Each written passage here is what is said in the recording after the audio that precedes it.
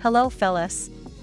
Welcome back to Top 5 Choices. This is Haley from Top 5 Choices, and I hope you all are doing good. In today's video, I am going to do a detailed review and pick the top 5 best convertible laptops for students, 2022. After doing proper researches, we came to the conclusion that meets the best in terms of overall. Kindly leave a like if you find this helpful, and I'd appreciate if you subscribe to my channel and turn on post notifications if you haven't.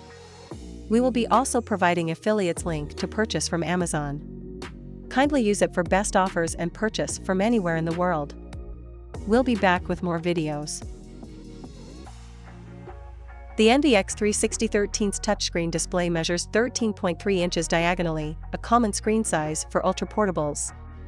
It's available only in Full HD, 920 by 1080 pixel resolution, which I find perfectly adequate for most tasks, though you may occasionally see slightly fuzzy text.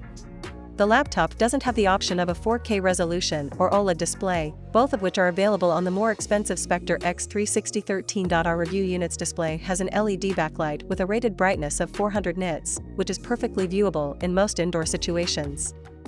Entry-level models have a dimmer 300 nit panel. HP also offers the NVX 360 with a 1000 nit display with integrated privacy filter, though I've found that while such screens do block adjacent seat snoops, they're harder to read and will likely only appeal to people who frequently access sensitive data in tight quarters. The display extends almost completely to the edges of the laptop, making the bezels extremely thin on the sides. The top bezel is slightly thicker to accommodate one of the NVX 360 13's niftiest features, a 720p webcam with a built-in privacy shutter. HP uses this automatic shutter on a few of its most recent laptop models, including the otherwise ho-hum NV17, and it's the best solution I've seen yet to addressing the problem of accidentally leaving your camera on. When you're not using the webcam, simply press the key to the right of the power button. You'll hear a faint click and see the white cover snap shut almost instantaneously. This is far better than placing a piece of tape over the webcam, and it's more elegant than a physical slider that requires you to close it manually. The only minor downside is that the mechanism takes up enough space that there's no room for IR sensors to let you log into Windows 10 via face recognition. You can use the fingerprint reader mounted on the keyboard for passwordless logins instead. The Acer Chromebook Spin 713 also features the most up-to-date Wi-Fi 6 standard as well as Bluetooth 5.0, so connecting additional peripherals like a wireless headset is a snap, which is good because the speakers not the best. For a thinner Chromebook, we were happy to see a decent number of ports, including a USB 3.2 Gen Type-A and a microSD slot, along with 2 USB Type-C ports with Thunderbolt 4. The webcam and microphone are the standard 720p webcam and microphone setup you'll find on most laptops out there. Hopefully we'll get better webcams one of these days, but probably not until we give up our obsession with razor-thin bezels. Unfortunately, there is no physical camera slide shutter on the webcam, which is always our preferred privacy solution. Speaking of, the bezels on the Chromebook Spin 713 are present, but not horrendous, other than the standard chin on very roughly 99.9% laptop displays in existence, don't quote us on that, and the display was crisp and vibrant. Honestly, it took a 13.5-inch, 1504p display to remind us that Chrome OS actually has a very beautiful and elegant UI interface, and it really shines with the Chromebook Spin 713. The Acer Chromebook Spin 713 is Intel Evo certified, so it must pass certain performance and UX standards set by Intel, like fast startup in about a second, at least a 9-hour battery life, and additional security features. That's all well and good, and it is good, but the star of the show here is the Core i3 or Core i5 processor, depending on your model. Chrome OS can run very well on ARM-based chips, Intel Celeron processors, and other low-power hardware, but it absolutely flies on a full-core i5-1135G7 like the one in the unit we reviewed. What's more, the Chromebook Spin 713 has 8GB RAM and a 256GB PCIe SSD, not eMMC flash memory storage, so it all but pushes you to install and run local apps from the Google Play Store, which the Chromebook Spin 713 simply chews through without so much as a stutter. As for battery life, we saw some mixed results with a couple of outliers that skewed the average of 8 hours and 24 minutes down a bit. The longest the battery lasted for us in our HD movie test was 10 hours 6 minutes, which isn't best-in-class battery life, but it's still a very respectable showing. The Surface Pro 8, luckily, brings some much-needed design improvements to the table. The easiest one to notice is the new graphite color, which simply looks incredible. While it seems like Microsoft has been focusing on lighter shades for its devices in recent years, the darker colors with this year's lineup look incredible.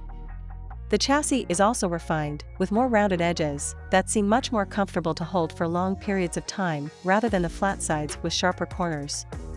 Bezels are also smaller than ever, and this is that final thing that makes the Surface Pro 8 look like an all-new device, rather than a relic from the early 2010s. It makes the screen look so much bigger, and makes the device look more premium than ever, which is good, because it's also more expensive than ever. The smaller bezels do more than just look good, though. They allow for an 11% larger display. The Surface Pro 8 now has a 13-inch PixelSense display with a resolution of 2880 by 1920. That's right in the middle of 1440p and 4K, but for a 13-inch display, it's absolutely gorgeous. What makes this display even better is that along with the bigger size, it also has a 120Hz refresh rate. This is definitely not a gaming device, but take it from us, once you use a high refresh display, even for everyday computing, you're not going to want to go back.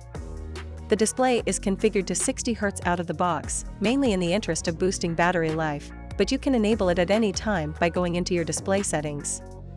With a device that's meant to be as portable as the Surface Pro 8, performance is always a difficult balance to strike.